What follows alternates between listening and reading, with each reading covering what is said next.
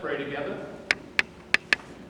Good and gracious God, may the words that I speak, may the thoughts and insights of our hearts and minds be acceptable to you, you who are our rock and our Redeemer. Amen.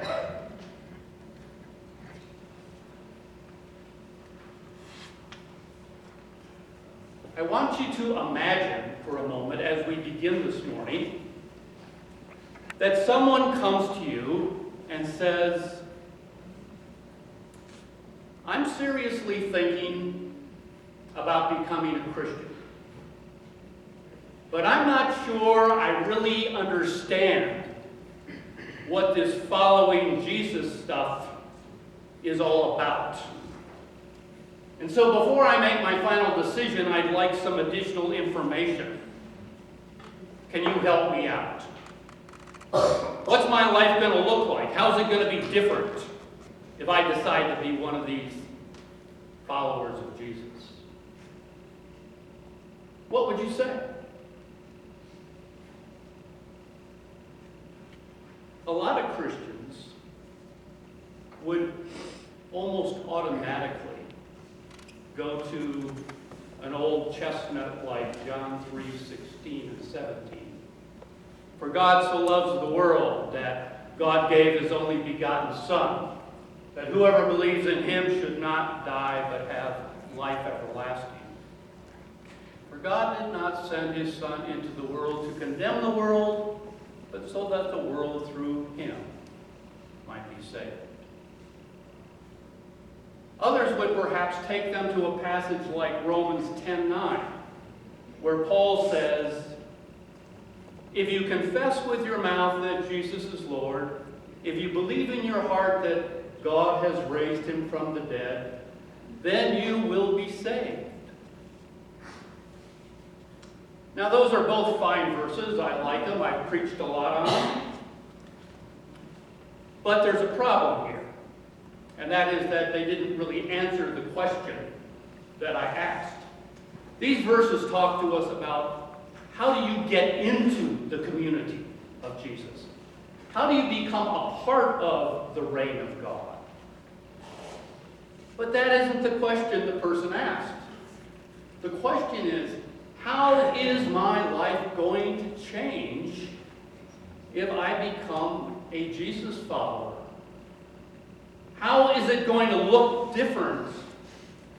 How am I going to experience life differently than I do now? And I would suggest that a much better place to get an answer to that question would be the Sermon on the Mount, and specifically the Beatitudes. This is a classic passage. This is what I would call Christianity 101, or maybe more honestly, Jesus 101. Because in this passage, Jesus tells us with brutal clarity what the values of the kingdom of God are. What it will be like to be a part of those who call themselves his disciples. What our goals should be in living if we want to walk with Jesus. And it becomes crystal clear very quickly that Jesus' followers are going to stick out like a sore thumb. That in almost every key aspect of life, their lives will be countercultural. And the way they live, the values they follow, will be diametrically opposed to most of the culture around them. Jesus begins with his first of the Beatitudes, which is perhaps among the most provocative, galling, and outrageous. He says, who will be the blessed in my community? Who will be the ones who are affirmed and loved, who are held in high esteem? Who are the ones who are going to get preferential treatment in my clan? The poor. The poor. Blessed are those who are poor, for to them will be the kingdom of God. Who wants to be poor? Let's have a raise of hands. Do you want to be poor? I don't want to be poor. I like my sports car. I do. I like my high-end vacations. I like going out to dinner 3 or 4 times a week. I like a comfortable, well-cared-for home. I worked hard for that stuff. Not about to give it up. Probably most of you, like me, have never been poor. A few of you have. I never have been poor, but perhaps unlike some of you, I have spent a fair amount of time in my life with the poor. Enough time that I think I understand why Jesus is saying that he's going to build the values of the kingdom of God around them. When Anna and I were living in Littleton, Colorado, and I was a pastor there, one year we took 50 people from our church to Mexico on a mission trip. We went there to build a house, a parsonage, if you will, for the pastor of a church. It was a family. His and his wife had a family of the 2 of them and 4 children. So there's 6 of them in the family. And we spent a week down there and built them a house that was about 10 by 14 maybe, much smaller than a single-car garage. And we mixed the concrete by hand, we poured it by hand, everything was done by hand, no electricity, hard labor. But we got done at the end of the week, and they were unbelievably thrilled and excited. This house had a roof. It had a door that opened and closed.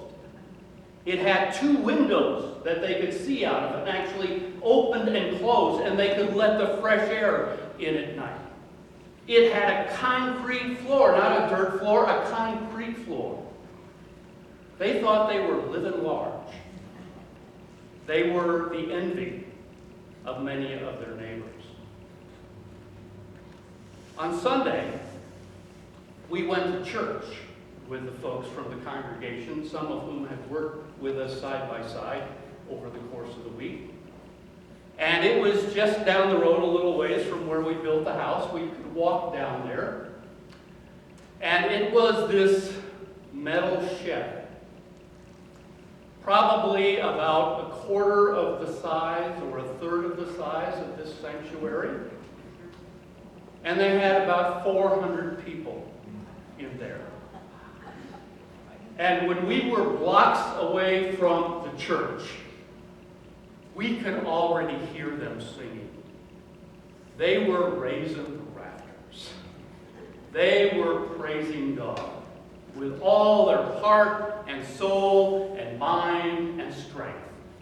And for an hour and a half or 2 hours, we participated with them as they gave heartfelt, emotional, stirring thanks to God, recognizing that everything they had, and by the way, everything they had was about $1 a day each, was a gift from God. But it was easy to see as we walked away from that experience, why God has a preference for the poor. Because they got it. They understood. At the core of their being, they knew that their very lives on a day-to-day, hour-to-hour basis relied on the grace and the goodness of God.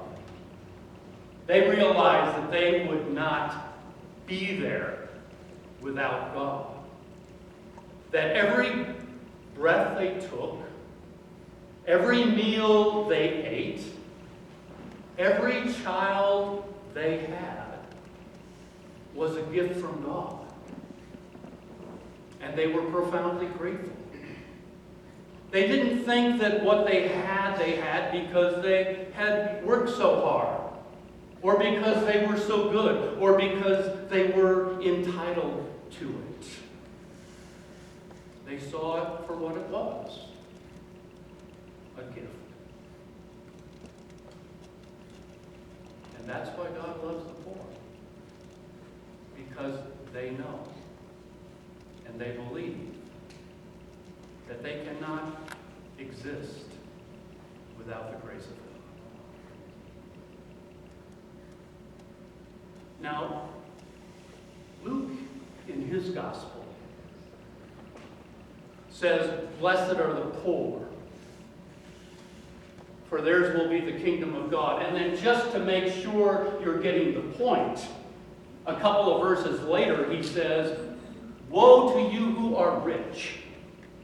And that, by the way, by world standards, would include just about everybody in this congregation. Woe to you who are rich. You've had your reward. You've gotten your comfort. Now, Matthew softens it a little bit. When he writes his gospel, he spiritualizes it and says, "Blessed are the poor in spirit." That is, in attitude, in perspective.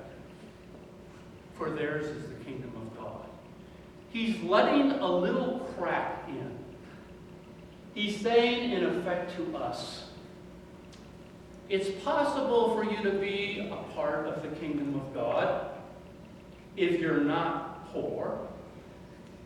It's theoretically possible that you might be a part of the family of God even if you're rich. But it's only really a theoretical possibility. It's not likely. It's not normal. It's not easy. It's not natural. To do it, you've got to work against all the odds. To do it, you have to adopt the very same attitude that the poor have. You have to genuinely believe that you exist solely and exclusively by the grace of God. That whatever you have is not because you worked so hard or you are so good, but is a gift from God. If you have $1 million in the bank, folks, that's good. But that's only good if you honestly believe that not a penny of that is yours. That every bit of that is a gift from God. And that your job is to be a good steward of those gifts. And to ask yourself the question, so how does God want me to use his or her resources? How does God want me to manage what God has entrusted to me? How can I be a good steward and be totally reliant upon God? Not my bank account, not my IRA, not my stocks, but God for my future. What Jesus is saying in this passage is not that it's good to be poor, not that it's good to starve, but that it's imperative that we live daily, hourly, all of our lives, fully aware that all we have and all we are is a gift from God. All that we have and all that we are is entrusted to us for the use in God's family, the use in the kingdom. So does your faith journey feel a little flat? A little blah? A little innocuous? A little insipid? Less than you would hope it would be? If so, maybe it's because you're doing church rather than following Jesus. Maybe it's because you have mistaken the institution for the relationship. Christianity is not very good as a side course. It's intended to be the main dish. And that's how it works. And that's when it works. Just saying. Something to think about.